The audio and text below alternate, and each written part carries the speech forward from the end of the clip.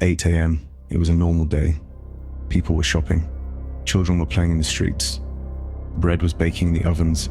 We know this because we found the loaves still in the ovens, perfectly preserved under 20 feet of volcanic ash.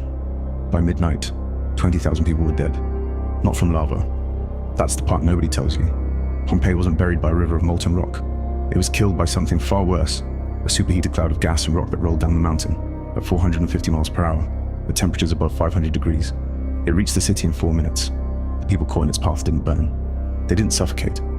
Their blood boiled inside their bodies, so fast that their skulls exploded from the pressure. We know exactly what happened that day, hour by hour, almost minute by minute, because the ash that killed them also preserved them. Their bodies, their food, their graffiti on the walls. Even a dog, still chained to a post, frozen in the exact position it died trying to break free. This is the last 24 hours of Pompeii, not the version you learn in school. What actually happened, from breakfast to burial. But to understand why so many people died when they didn't have to, we need to start with the morning, when the mountain was still quiet, and everyone thought they were safe. August 24th, 79 AD. Tuesday. Pompeii wakes up the way it always does, slowly. The bakers are first. They've been working since before dawn, feeding charcoal into stone ovens, shaping around flat loaves that the whole city depends on. By the time the sun clears the rooftops, the streets are already filling. Merchants dragging handcarts, fishermen hauling the morning catch-up from the harbor, slaves sweeping the doorsteps, or villas that smell of olive oil and last night's wine. This is not a small town. 20,000 people live here. Pompeii has paved streets, running water, an amphitheater that holds the entire city. It has fast food counters, thermopolia, built into the walls of buildings, serving hot stews and warmed wine to people on the move. It has political graffiti scratched into the walls, election slogans, love notes, obscene jokes. This is a city that feels modern, loud, messy, alive, and it sits in the shadow of a mountain that nobody's afraid of. Here's what makes this story so devastating. Vesuvius hadn't erupted in nearly 800 years, so long that the Romans didn't even have a word for volcano. They didn't know what it was. The slopes were covered in vineyards. People farmed on it. The soil was rich precisely because of what was underneath, and nobody knew. There had been tremors in the weeks before, small earthquakes, the ground shaking at odd hours. But Pompeii sat in a seismic zone. Tremors were normal. People shrugged them off. Nobody connected the shaking ground to the quiet mountain. Not yet. 1 p.m.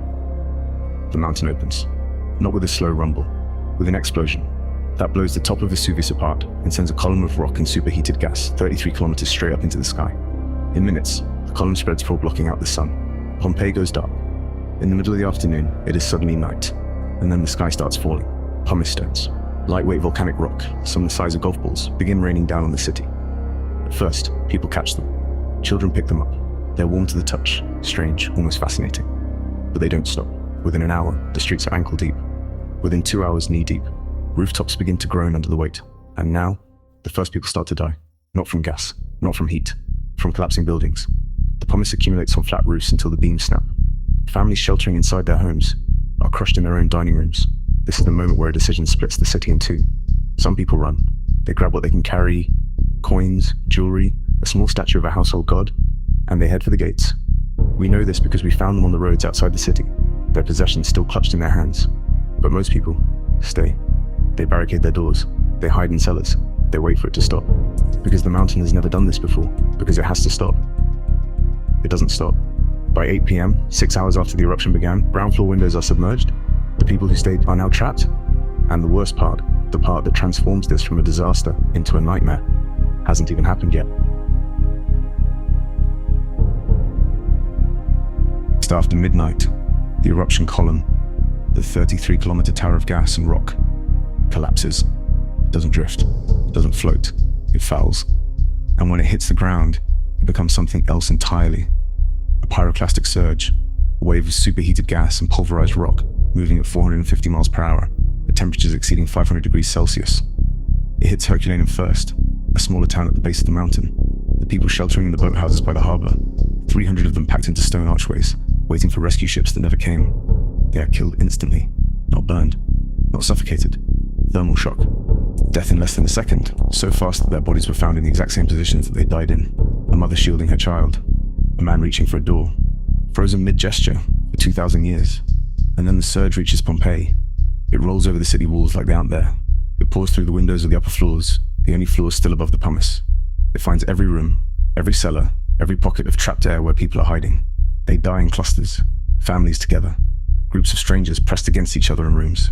We found them exactly where they fell. The ash hardened around their bodies, and when the flesh decomposed, it left hollow spaces, perfect molds of human beings in their final moments. In the 1860s, an archaeologist named Giuseppe Fiorelli poured plaster into those voids. What came out were ghosts in white plaster, a man covering his face, two people holding each other, a child curled on its side, and a dog still chained to a post in a courtyard. Twisted onto its back, its legs clawing at the air, its owner had fled and left it behind. By morning, Pompeii was gone. Not ruined, not damaged, gone. Buried under 6 meters of volcanic rock and ash, the city disappeared so completely that within a generation, people forgot where it was. The name itself faded from memory. For nearly 1,700 years, farmers planted crops over it without ever knowing what lay beneath their feet. And when they finally found it, when excavators began to dig in the 18th century, they didn't find ruins. They found a city, intact, frozen at the exact moment it died. The food still in the pots, the wine still in the cups, political slogans still painted on the walls, campaigning for elections that would never happen. A sign outside a tavern reading, "Travelers, eat here." Good food. Pompeii wasn't killed by lava. It wasn't destroyed by fire. It was killed by time, killed by the 4 minutes between the pyroclastic surge leaving the mountain and reaching the city walls. 4 minutes. Not enough time to run. Not enough time to hide. Not enough time to unchain your dog.